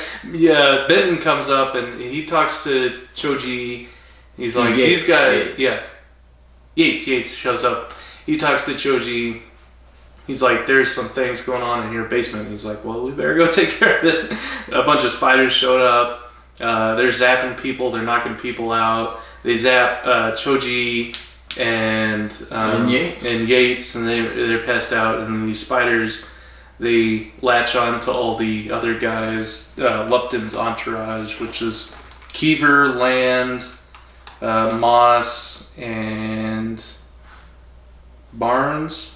Yeah, there's about 4 of them. So Land, that's an interesting last name. Yeah. Land. But the spiders latch onto them, they control them, and we get the end of episode 5. Okay, wait. So we have Tommy brings Sarah Jane Smith and the doctor in to see Campo. Mm-hmm. They're talking, and Tommy doesn't really know what's going on, so he's like, I'm gonna go stand guard.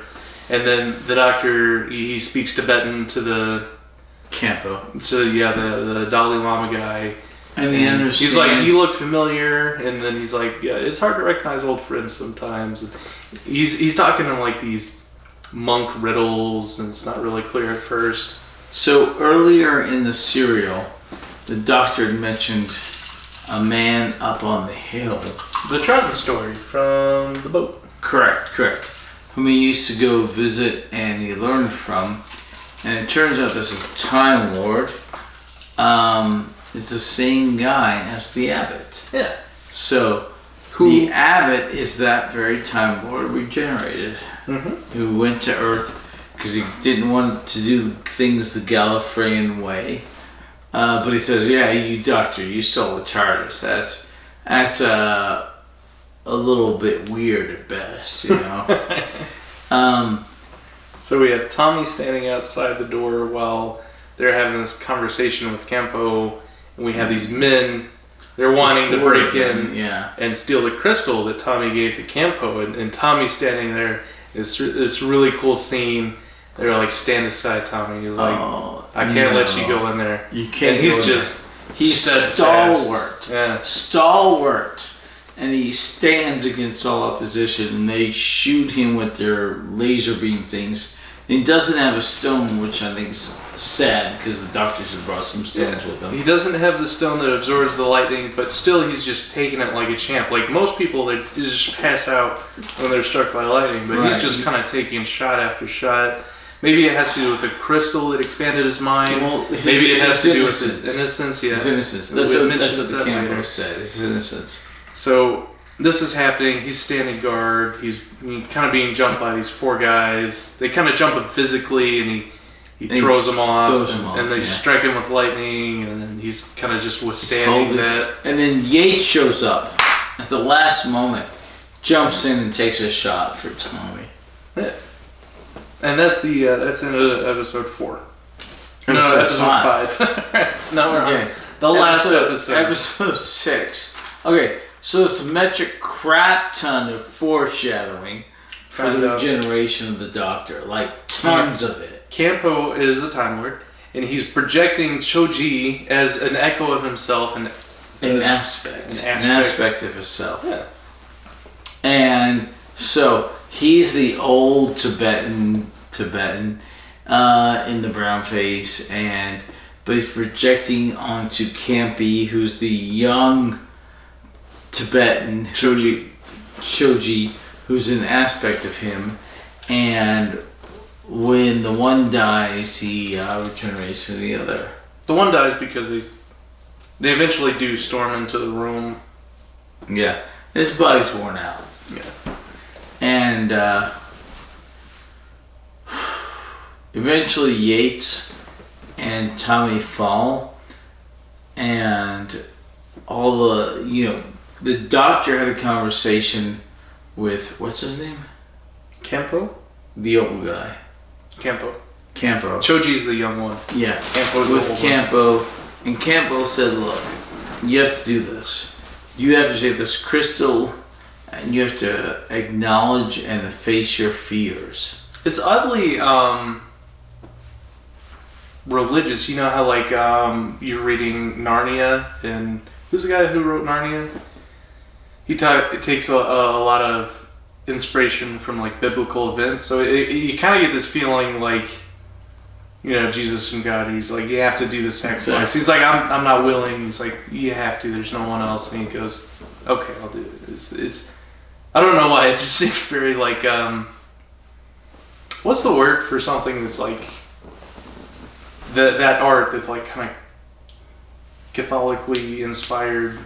There's a word for that type of medium and storytelling and art, but it felt like it was inspired by religious kind of. I don't know. Hold on. Yes, it was, and it's very much in that vein. And the guy who wrote the Narnia books. Can't think of his name, but he does a lot of similar things where he writes about sacrifice and sacrificing himself for others. And he draws a lot of inspiration from the Holy Trinity. And, well, he did the Pentateuch letters and everything else. Yeah. Worm Tape? That was a good book. That was weird. What? Did you say the Worm Tape letters? Did he write that? Something like that, yeah. Oh, yeah, I can't think of his name. I don't know why I can't think of his name. Well, I know why I can't think of his name. I'm drunk. It might have something to do with it. Anyway, the Doctor accepts his responsibility, even though he's frightened by it, and we don't see the Doctor really faced fear very often. He's very confident, very, a little cocky sometimes. He's not very often outmatched, but when the screw tape letters. Screw tape, yeah. What did I say? One tape. Yeah. Wormwood was screw tape letters. Wormwood was the Satan's servant in the book. I was thinking of Wormwood, but it's the screw tape letters. Yeah, Wormwood is very much part of the apocalypse. Yeah. It was a long time ago. I don't really remember. No, I remember at one point he's turned into It's in the future. Into a mouse or something. He's really upset. You think of Harry Potter? No. It's the screw tape letters. You have Satan, and then he did something that drew God's wrath, and he turned him into like a mouse or something. And that was one of the letters he wrote was when he was polymorphed, and he's really upset about it. I don't remember that part of it, but yeah. Anyway, so it's kind of that, in that vein, it's very thematic to where the Doctor accepts his responsibility. He goes, okay, I have to go back to Medevilas 3 with the crystal and face the Great One. The Great One. The spider. The Great One. All hail the Great One. All hail the Great One. I thought the Great One was spiders say that all the freaking time. I thought it was a really good villain. Actually, I thought Lupton was a good villain. I thought the Great One was a good villain. I thought this was a very high budget serial. Is a very intense. It was high budget. All the James Bond crap that happened. A lot of fight choreography. A lot of gadgets. It's a really good serial finale, season finale. Really good Doctor finale. C.S. Lewis. C.S. Lewis, yeah. Yeah. C.S. Lewis. He wrote the screw tape letters. And Narnia. Narnia, yeah. Good author. Yep.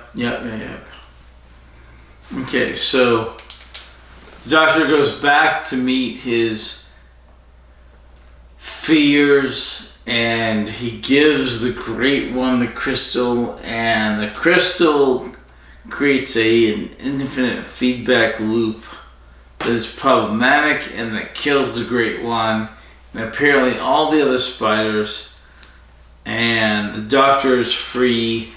All the humans on Medevilas 3 are free, and the Doctor just runs away in the TARDIS with Sarah Jane Smith. So the Great One kind of has, just like how the spiders dominate the minds of the humans on Medevilas 3, the Great One is really in control of the whole spider colony. It's kind of like this web of consciousness. So the Great One is really, has a lot of hubris. She's used to, she's a really powerful telekinetic. A really powerful telekinetic mentalist kind of. Her mind has just been expanded for like 500 years.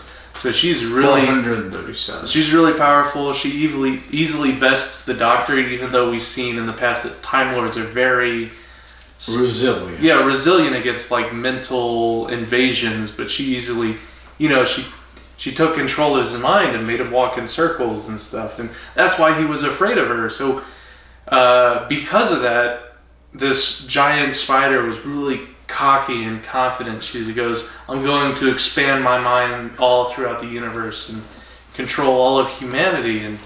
And the Doctor goes, you're crazy. Even your brain can't take that. It's this infinite feedback loop.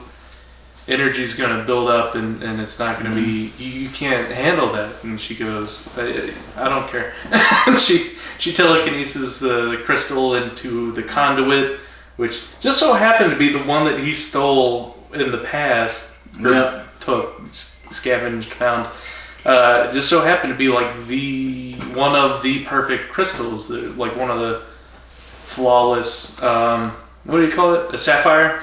One of those flawless Medevilas 3 sapphires. So he has a good eye for shiny things. He just went into the cave and plucked this one, and that just so happened to be one of the last ones that they really needed to complete this conduit. And like the doctor warned, it's this infinite feedback circuit. Her mind melts, and because her mind was linked with all the other spiders, the whole council dies, which sets the humans on Metabilius free. But also the spiders that were integrated with the humans on Earth, Kiever, Land, and they're all Moss. free. Yeah, all the spiders fall off and die, and then they're free. And then the doctor, he's subjugated to these bombarding atoms, and he's just, his cells can't take it, and he's degenerating, he's dying, and he struggles and barely makes his way back into the TARDIS. And then we flash back to Earth, and Sarah Jane Smith is real broken up about it. The doctor comes in. It's been 3 months. 3 weeks. 3 months. 3 months. 3 weeks. She said 3 months. He's been gone for 3 months. 3 weeks. She definitely said months. How much do you want to wager? I will wager you anything. Anything? What do you want? $40. $40. 20. $20. I'll wager you $40. $20. 3 weeks. I'll pay. Let's say I'll pay for your popcorn, drink, and your movie ticket. For 3 weeks. It was 3 weeks, not 3 months. 3 months. No, because a night out. I'll pay for your night out tomorrow. 3 weeks. 3 you months. say 3 months? 3 months. She said he's been gone for 3 months. He's so wrong. I'm so. He's gone forever. He's dead. She's smelling his jacket. Weeks. 3 months. The brigadier came out and said, "That's nothing. I've seen him gone for months before." It's about, I feel like 3 times in the serial they kind of go back to this. I've seen Stranger Things. We saw it when they're like, there's one. They said it once in the first episode. Like, I've seen Stranger Things. In the second episode after, or the third episode after the chase, and they're like, hey, Lupton is here, and Cho Ji is like, he couldn't have been there and then here at the same time. And then the Brigadier's like, I've seen Stranger Things. It's kind of like his catchphrase at this point, like Han Solo and I have a bad feeling about this. And exactly. So this final episode, Sarah Jane Smith is like, he's gone. He's been gone for 3 weeks. 3 months. No, weeks. Either or. Oh he's been gone for a long time. She's smelling his jacket. Pay for all this. You can't afford to pay for all this, but you're going to pay for all this. Oh my god. She's smelling his jacket. She's real broken up about how he's gone.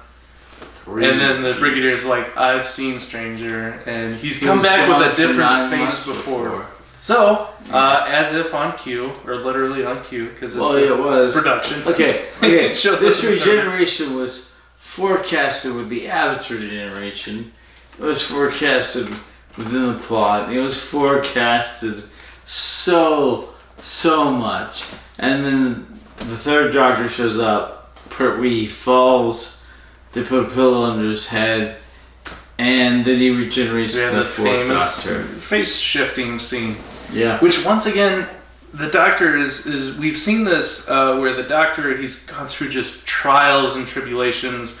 We saw Hartnell go through the time bomb with the Daleks, and that really zapped him. The Daleks finished their plan? Yeah. He didn't die for that, though. No, it's really hard on that. That's where Sarah Kingdom died. Sarah Kingdom died. We have a lot of Sarahs. Is that our third Sarah companion? I don't think so. We have at least 2 Sarahs. So, obviously the Doctor he hit his breaking point to where he's been through a lot of things, and then just him in the Sapphire Cave on Metabilis 3 was the breaking point. Where he finally just was forced into a regeneration. So we've seen him forced into a regeneration by the Time Lords, forced through a couple of regenerations just by, wear and tear. We haven't seen him willingly regenerate yet. No, not yet. So he's always kind of not fond of the faces he regenerates into, and then he kind of grows onto them. He goes, okay, yeah, not bad. Okay. And then he regenerates. So that's what I'm guessing is how... So go to Tom Baker. Yeah, yes. Even Campor tells us that, hey, he's going to be a little different. He might act erratically. Yeah. His brain, you know, not only are his physical cells being regenerated, but like that includes the cells in his brain are being regenerated. So he's going to act a little differently, different person. He might seem erratic to you. Just like the introduction of Troughton, they're like, you're strange. He goes looking through his chest in the 500-year journal, and he finds the recorder. He kind of has to develop his personality, which is usually influenced by his immediate surroundings when he's regenerated. So we saw that with Troughton. When he regenerated, he went through this chest until he found things to sort of base his personality on. He finds this recorder and he goes, I'm going to be the goofy one. And we see Pertwee, where he's kind of in hiding in this building after he regenerated, and he finds these clothes and he goes, okay, I like those. And he finds the car, he's like, I like that car. And then that kind of influences what his doctor's personality grew into. So I don't know if that's going to happen with Baker, but a bit. That's kind of my feeling on how. Okay. So what are your questions? That's the end. My first question. Oh my god. So we finished the recap. I have some questions. What questions? We talked about Yates faced no consequences for trying to end all humanity, other than he's not really in the military anymore. Well, so is it that he kind of just like disappeared because he didn't want to run into the brigadier and the doctor? He was demilitarized, and I don't know. Okay, I'm not British, so I don't know what happens when the British try to do such things. I guess he was demilitarized, and I guess that was enough. I don't know. I don't know what happened either. I don't know. He just kind of shows up again, and they're like, oh, there you are, Mike. Hate you. Yeah. I guess he kind of redeemed himself at the end of Planet of the Dinosaurs. Invasion of the Dinosaurs. He kind of redeemed himself by jumping in front of the laser for Tommy. Like, seriously. Invasion of the Dinosaurs. No, but not Invasion of the Dinosaurs. When he jumps in front of the laser beam for Tommy. Yeah, that's when he redeemed himself. He definitely did in this serial, but he's not in jail from the Invasion of the Dinosaurs because at the end he was like, this isn't what I wanted, but he still tried to end humanity, but yeah. Anyway, I don't like Yates. We had Professor Clegg, with his ESP, talk about the nature of hating one's own power. Yeah, he said, I have this gift, and I hate it. You know, I'm afraid that I'm going to do things that I don't want to do. You know, I can't really control my powers, and that's really potent. I think that's a good line. I think that's good writing. When it's a very common thread you see in people whose powers are thrust upon him, like Spider-Man when he gets bitten by the spider, and he has the wall climbing, and his hands he doesn't know how to control his powers, and his hands are getting stuck to the lunch tray, and he doesn't know where the web's going. Alright, he can't figure out his spidey sense. We had a whole one death this entire series. It's I feel like less is more. Less is more in this situation because it's a really potent death where he has this, where Clegg is really afraid of his natural abilities. He says, I'm afraid of what I might do. And the doctor kind of brushes it off. He goes, it's something that every human has the ability to do. It's really natural, but rarely do humans ever actualize this telekinetic power that you have. So don't worry about it. And then he gets distracted and leaves him with the crystal, and then his mind melts. And the crystal and he dies. And then the doctor goes, they're like, well, what do we do now? And the doctor says, well, it's obvious. I have to look into the crystal. And then Benton goes, well, shouldn't I look into the crystal because I'm more expendable than you are? And the doctor says, I'm already responsible for one person's death. So I don't want to be responsible for another's. Which is one of the few times we see the doctor owning up to being responsible for several people dying. He's the reason why so many companions have been slaughtered and those different people. It is sad. It's really sad. Also, apparently all humans have telekinetic abilities. Our minds aren't expanded enough. And also spiders. if their brains were ever expanded enough, could have telekinetic abilities. You ever hear about how bugs' growth are based off of how much oxygen is in the environment? And if we had a higher percentage of oxygen in the air we breathe, bugs would be like twice. We'd have spiders twice the size as they are now. No. That's a video I watched. Apparently that's science. I don't know if that's really reliable information that I'm quoting. But it's terrifying at the same time. So that's why this is one of the good villains, because it's really scary. What? You ever see that really old 1960s movie, Planet of the Dinosaurs? And one of the dinosaurs was just a giant spider. And I think so, yeah. It was horrifying. Wait, you got that from here? What? You went from here to there? Spiders? Yeah. Planet of Dinosaurs? Planet of the Dinosaurs, yeah. Really? Yeah. We're also talking about Invasion of the Dinosaurs, which also reminded me of Planet of the Dinosaurs. Okay. Very similar. We talked about how the sonic screwdriver changed, even though the Doctor didn't change. It kind of changed preemptively. Yeah. Between Doctors. Bessie made a comeback. We saw the Hummobile and then Bessie. I didn't think I'd ever see Bessie again. We talked about the Hermit, who was first brought up with Troughton, and then kind of that story was finished. The Hummobile versus Bessie in a land race. We talked about Turn Left, right? Yes. And the bugs. We talked about the Metabelians and how they came from Earth, but from the future, but are now in the past, apparently. That was confusing. I was confused about the timeline of how people from Earth got to Metabelius 3, but are also in 1974. Lots of time travel. Lots of time travel, yeah. We also saw the Doctor almost die from the lightning strike, which just seemed to knock out other people, but the Doctor was in a real rough way. He needed that weird lightning rod device, which apparently snapped him out of his comatose that they had to get from the leather satchel from the TARDIS. Right. And then we talked about the nature of the Great One and that whole villain complex and how she's one of the few villains that outmatched the Doctor's mental abilities. She does. She really and how does. that brings up, the Doctor's fear, which we don't see a whole lot.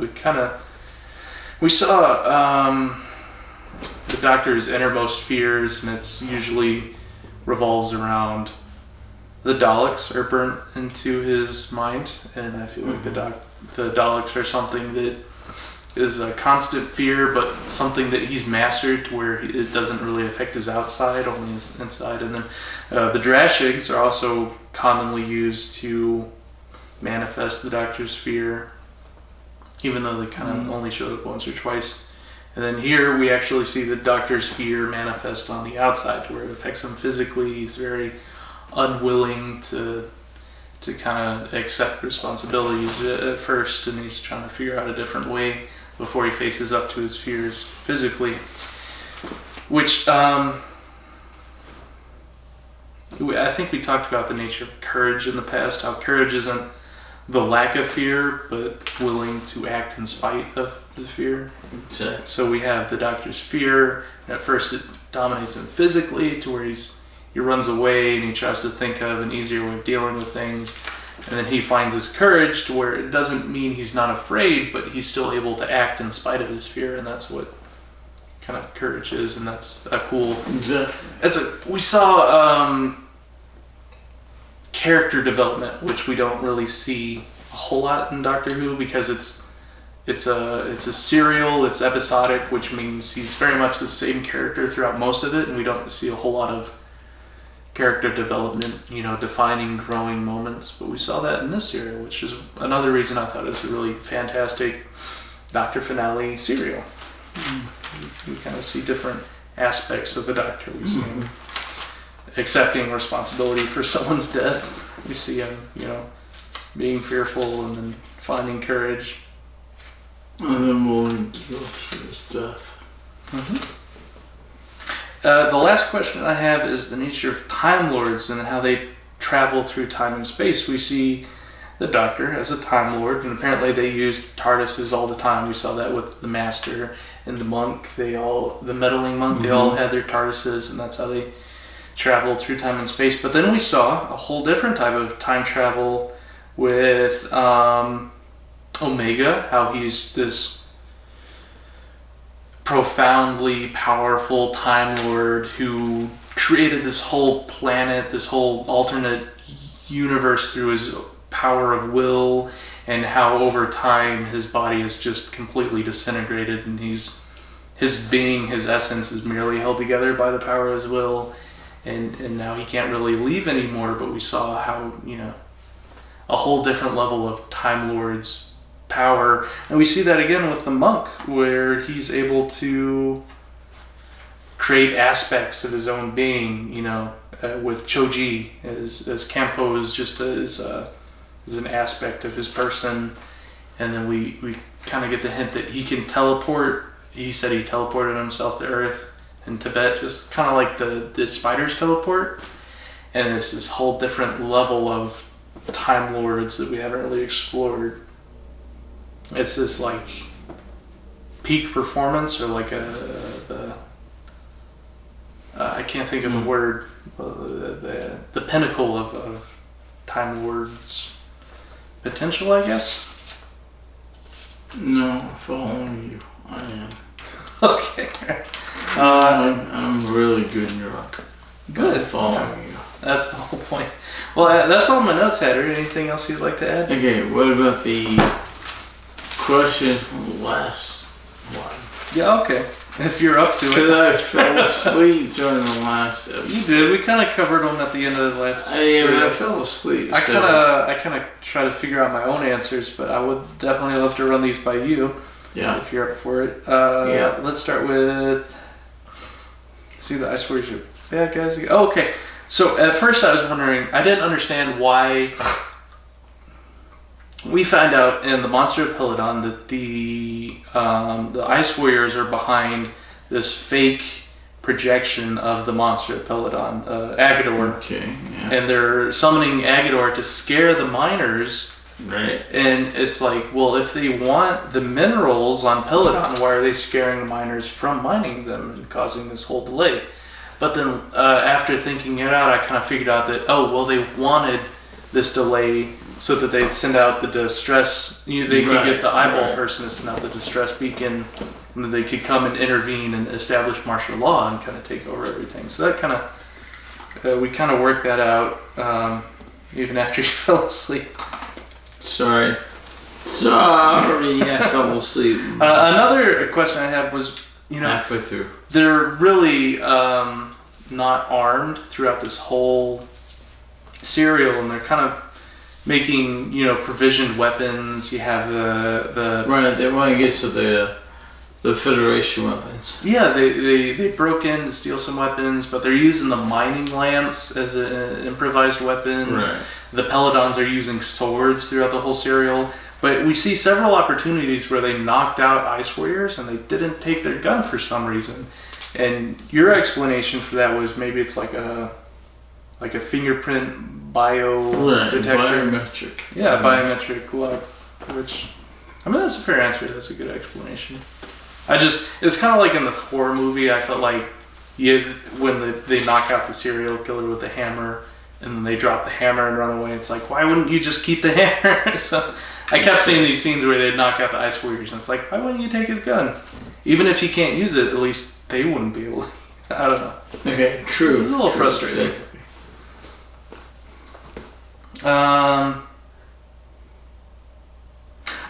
We talked about how the Doctor hates goodbyes, and he always sneaks away. Yeah. But then he talks about always being lonely, and when he doesn't have a companion, he's like, oh, woe is me, I'm all by myself.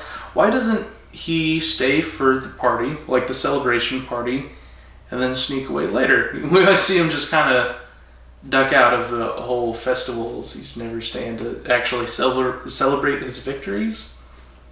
And then that might be explained with this current serial where he runs into his mentor again, Kanpo, or Choji, or whatever, and Kanpo criticizes the Doctor with his greed, and how he has a greed of knowledge, and how that maybe causes him to never want to rest, and he's always exploring and putting himself in danger's way because he's always wanting to go to new planets and research new minerals and learn new things, and never really enjoy the fruits of his labor. He never sticks around. After he saves the day, he defeats the enemy, they have the whole party, he just disappears because he wants to keep on adventuring. And Kanpo says, "You have a greed for knowledge." And the Doctor says, "You're right." Yeah. But that's about all I had left from the Monsters of Pilodon that I don't think we covered last serial. And you've covered all the questions in this one? Yes. Yeah, that's all the notes I had on the Planet of Spiders. Wow. Okay. Did you have anything left to add? Well, we're gonna vote on the season 10. Okay. You up for it? Yeah. Okay. Seriously. So that was the end of Pertwee. We are now on Tom Baker. But we have some catching up to do. It's upside down. We need to vote on our favorite serial of episode 10. Season 10. Season 10. Alright. So. We have season 10. What are the Three series? Doctors, Carnival of Monsters, Frontier in Space, Planet of the Daleks, and The Green Death. What do you like? What do you not like? So let's talk about these one by one. I'm gonna skip the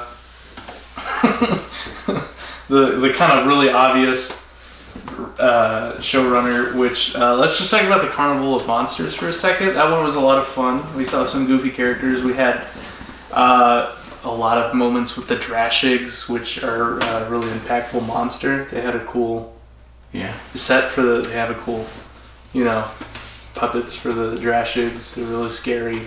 They show up. They're kind of referenced in a lot of other serials, how the Doctor's afraid of Drashigs. Oh, the current one, yeah. Yeah. The Frontier in Space, what do you think of that one? That was a fun one. Frontier in Space.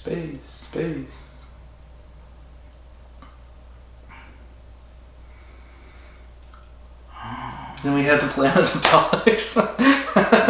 Okay. So The Daleks are always fun. We saw the return of what are the Daleks minions? The big muscleheads that aren't really smart. Gorgon? Orgons. Ogrons, yeah. We saw the Ogrons again and the Daleks. Right? The Ogrons were in the Planet of the Daleks. No. I'm sorry, the Ogrons weren't in that one. I'm thinking of the last time we saw the Daleks. I'm good with either of these. Yeah, those are both good. And then we had the Green Death, which I'm good without these. Without those? Oh, I like both those. I feel like the Frontier in Space was probably the least memorable out of those two. And then to talk about the Green Death, that one was really creepy because we had a whole mine shaft. There's a lot of intrigue. We had people being infected. There were some really gross scenes with the maggots. Oh my goodness, that was disturbing. You should have want those. I like the Green Death. I like Carnival of Monsters. I like the Planet of the Daleks. I think I have a really obvious favorite out of these. Which is? I would say my next least memorable or least favorite would probably be. Ooh.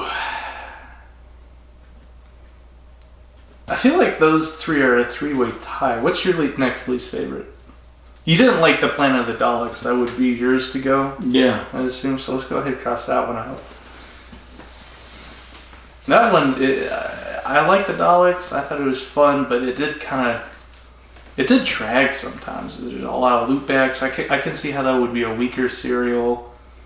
I feel like you really like Carnival of Monsters. If I were to say the Green Death would probably be my second favorite. So I'd say those are a toss-up for second place. But I'm just going to say my obvious favorite was the Three Doctors. I think that one was a fantastic serial.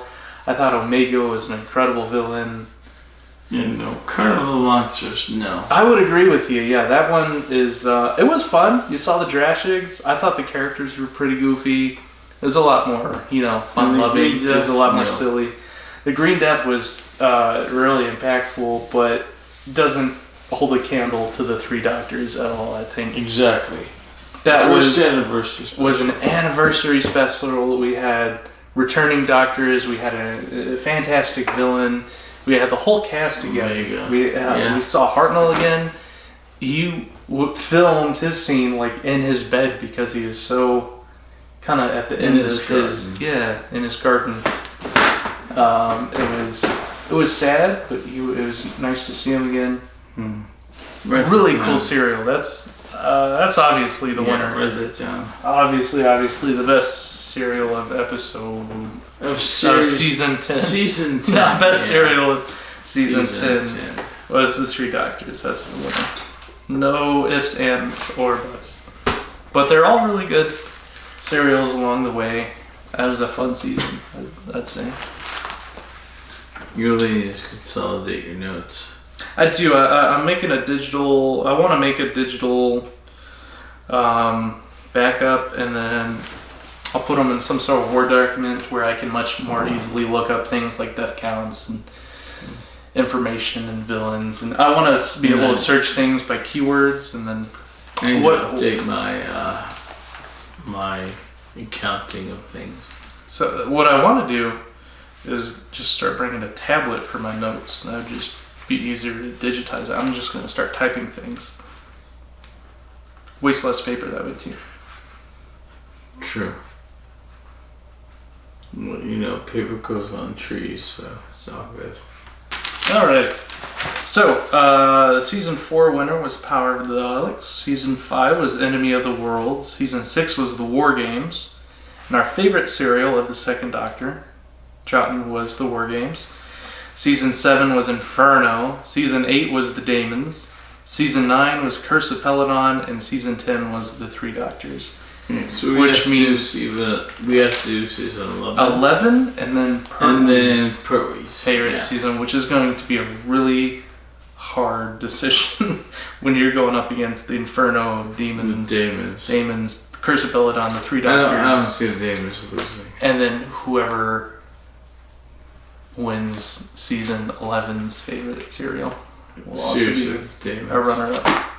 That one's a really good one. I do not see the Daemons losing. That one's a really good one because it inspired, the fan fictions, the loose canon, the Apocrypha, because it was so impactful. Obviously, the Three Doctors is a fantastic serial because, but it's not really so much a Pertwee serial as it is just like an anniversary special. So it's a it's a super strong standalone serial, but I don't know if it's the favorite Pertwee serial. So while it's a season winner, I don't know if it's a Doctor winner. No, still go with the Daemons. Inferno was fantastic. Curse of Peladon was really good. So good, in fact, that they went back to Peladon because they had to finish up the storyline. So those are all really, really good runners-up. Who knows who will win season 11, and who knows which one our favorite of Pertwee's is going to be. I think Hatter's already made up his mind. So we'll look forward to us arguing about the Daemons. Right, we'll see you next week. We'll see you next week. Yay, with Tom Baker's first serial, Robot. We'll let you know who wins our bet on whether it's 3 weeks or 3 months, and who's paying for our night out at, what are we saying? The Suicide Squad, too. We'll let you know what we think of the movie. It's probably going to be awful. That is so you. Alright. And we'll catch you up. We'll vote on season 11. Right. And we're going to watch our first Tom Baker serial, right? Yay, The Robots. It's a throwback to the era of Pertwee. Yep. And then they'll get into Tom Baker's first true serial. Yeah. Ark in Space. Ark in Space. That sounds good. Yeah. I'm excited. I hope you're excited too. I hope you join us again next week.